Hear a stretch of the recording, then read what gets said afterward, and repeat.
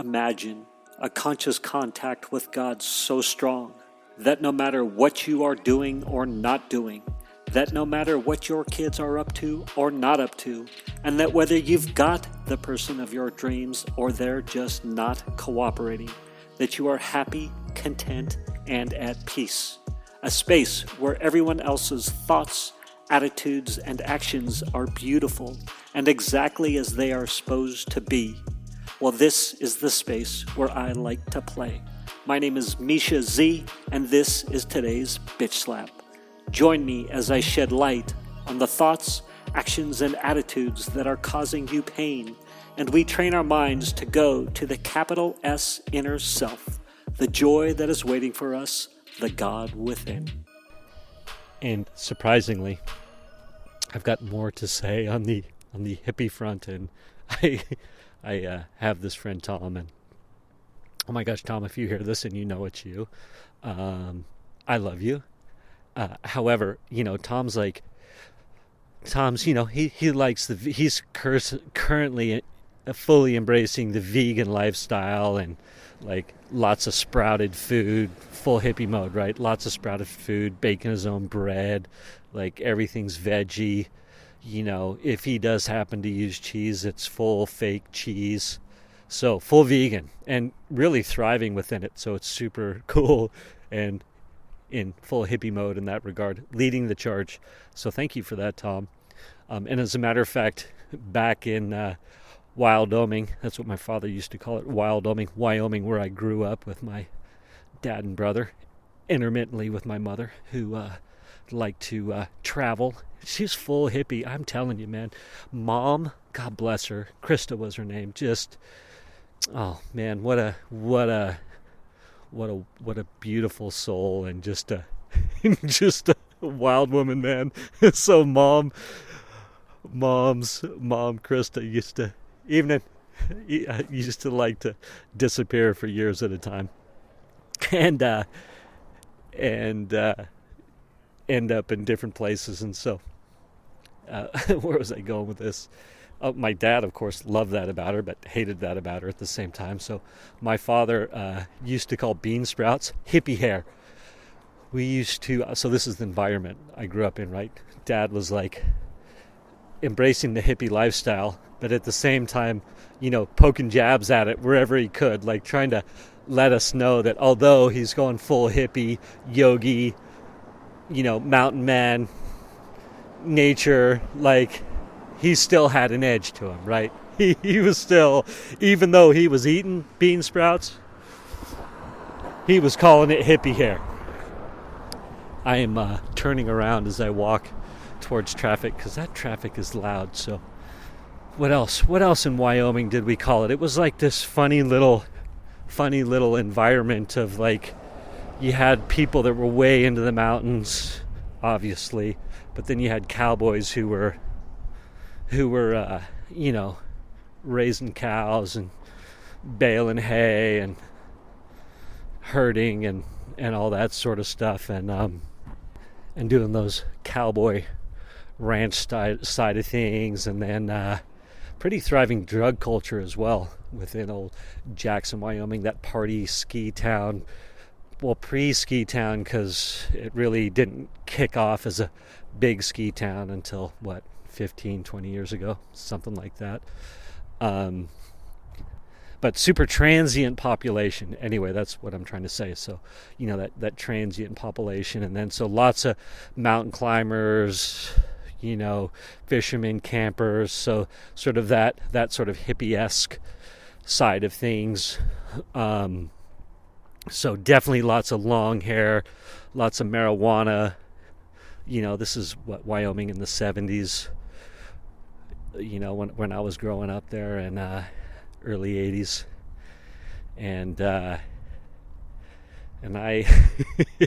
when you're a kid, you kind of pick a side oftentimes, and I did not pick the hippie side. So, everything was hippie hair for bean sprouts, and what else was it? Oh, the JC water walkers. We used to relentlessly tease people who wore Birkenstocks and things like that. And I'm sure if I thought about it more, I would find, oh yeah, patchouli oil, that was it.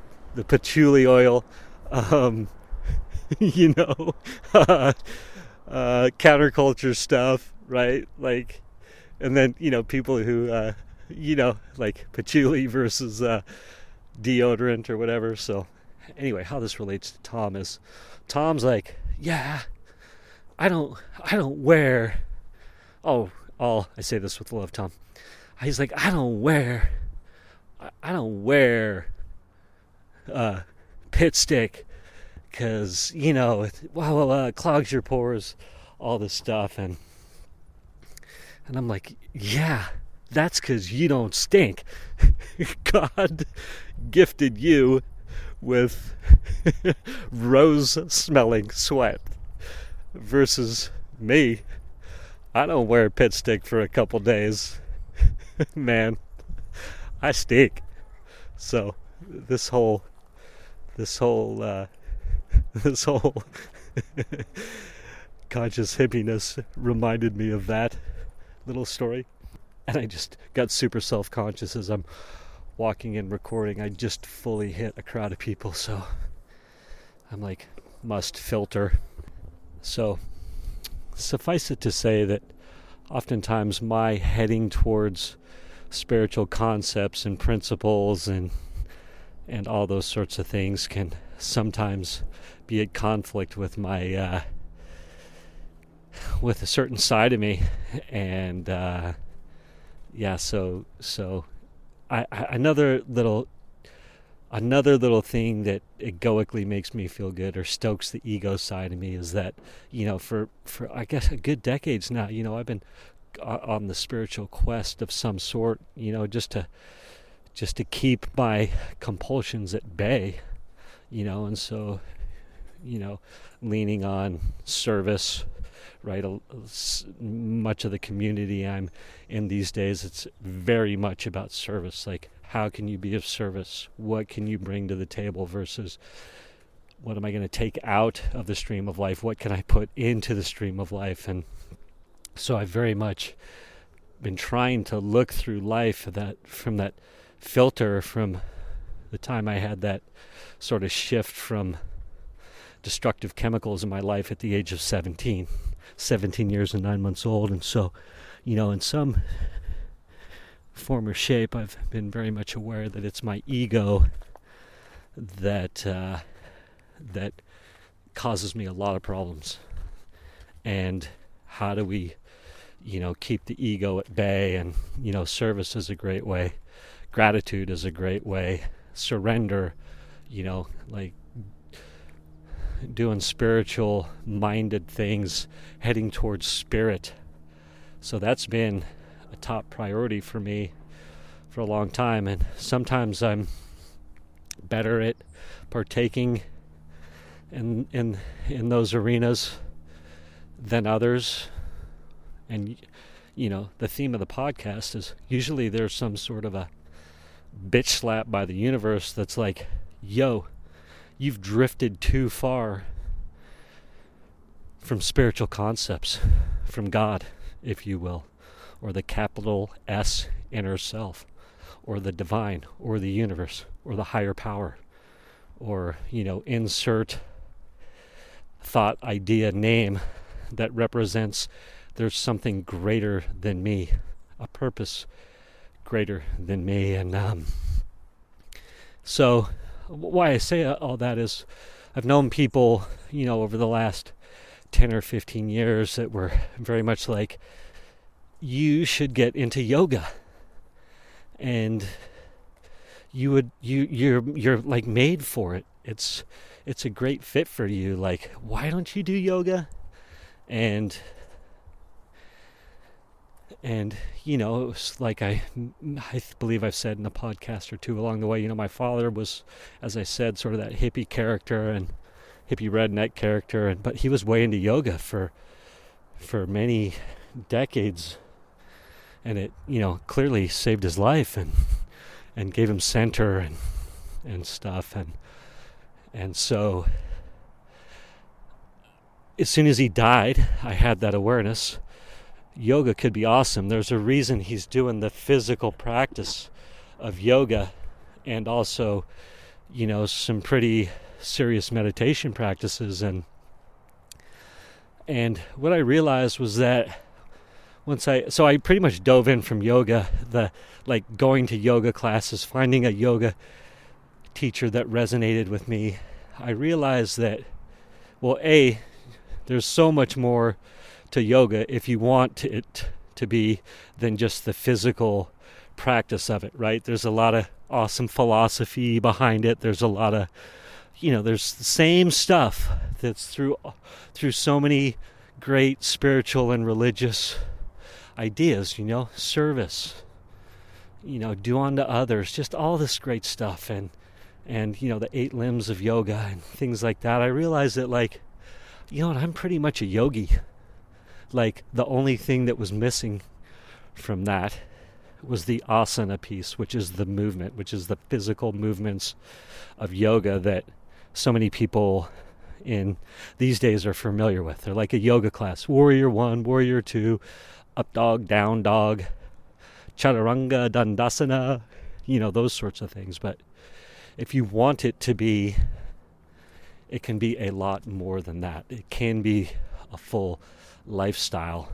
And when I found I'll just say it one last time, when I found the physical, representation of yoga, it was like, oh yeah, I kind of am a yogi, and I felt, it made me feel good that people thought of me that way, as being spiritually minded and being like a yogi type of a character. But so why am I not doing yoga? It just didn't make sense. Why am I not doing the physical piece of it? And so in an interesting way, it was kind of gratifying for me. So was just walking uphill, breathing hard. Sorry about that. And so it's just kind of to end with sort of the hippie side of things, and trying not to beat it in the ground too much, or being the dirty hippie. And I say that with love and just funniness, because it's like, oh yeah, there we go. Just it continues to manifest. Of course I wouldn't care at some point about my hair, and of course I wouldn't care at some point how I was smelling, because that's just sort of the natural progression of that for a moment, right? That clearly is a space that people hit within that realm, or call it what you will. And I have no doubt that one day I'll be inclined to cut my hair again. I'll be inclined to, to have a more hygienic routine. And this is actually when I think it's going to happen. This is what I'm putting out there in the world.